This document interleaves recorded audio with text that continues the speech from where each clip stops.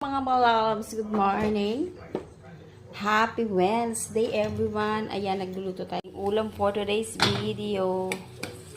At ulo ng salmon, mga palalabs. Parang nakaraan lang nagsinigang kami. Ngayon sinigang na naman na salmon.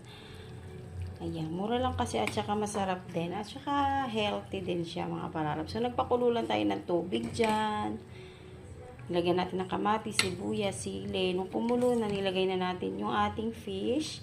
And then, syempre, tinimplahan natin yan ng asin at paminta. Hindi natin yan ng ating pangpaasim, nor sinigang, kung wala tayong sariwang sampalok. At syempre, tikman natin. Okay na to. Mami Grace, ikaw ba yan? Kumukulo na. Lagyan ko din ng patis at lalagyan na natin yung ating kangkong. Alam niyo ba mga palas, para mawala yung parang mga insekto dyan, ibabad natin yan sa asin. Diba? May nababalitaan tayo sa FB na parang may mga ano-ano, yung lintaba yan. Kaya kailangan ibabad natin yan sa asin. At syempre, ugasan natin mabuti yung ating kangkong. Ganon. Yan ang ating sinigang na ulos ng salmon. Oh, luto na to. Ito na to mga palalabs. Kain na tayo.